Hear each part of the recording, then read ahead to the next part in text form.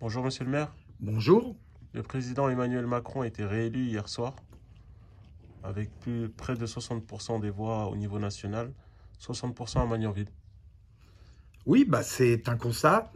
Sur ce constat, moi, je me félicite déjà euh, des élections au premier tour parce que 78%, presque 79% de Magnanvilloises et de Magnanvillois se sont déplacés aux urnes. Je le dis souvent, le premier tour était une élection de choix pour les gens. Le deuxième tour a une différence. On a eu beaucoup moins de votants, comme vous l'avez dit en introduction. Emmanuel Macron est passé à 60%, Marine Le Pen à 40% bien entendu, mais on a eu beaucoup d'abstentions, beaucoup plus qu'au premier tour, et aussi beaucoup de votes blancs et nuls sur Magnanville.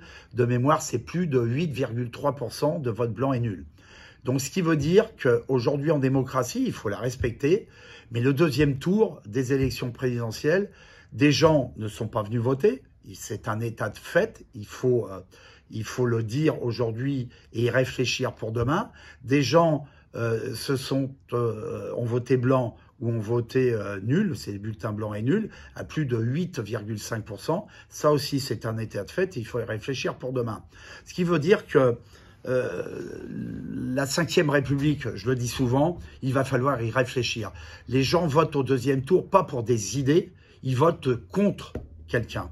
Et donc, cette réflexion que j'ai aujourd'hui, que certains au niveau national, il va falloir y travailler et très rapidement.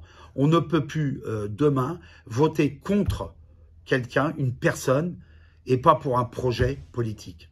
Voilà ce que je voulais dire. Et je pense que Magnanville est une ville comme toutes les villes de France aujourd'hui, qui fait que c'est cet état de fait qu'on a constaté hier soir après la fermeture de nos bureaux de vote. Concernant les élections législatives, quelle est votre position?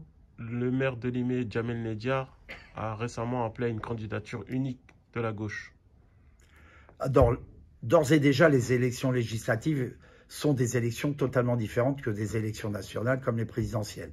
C'est des élections locales où chaque entité politique va réfléchir à des candidats.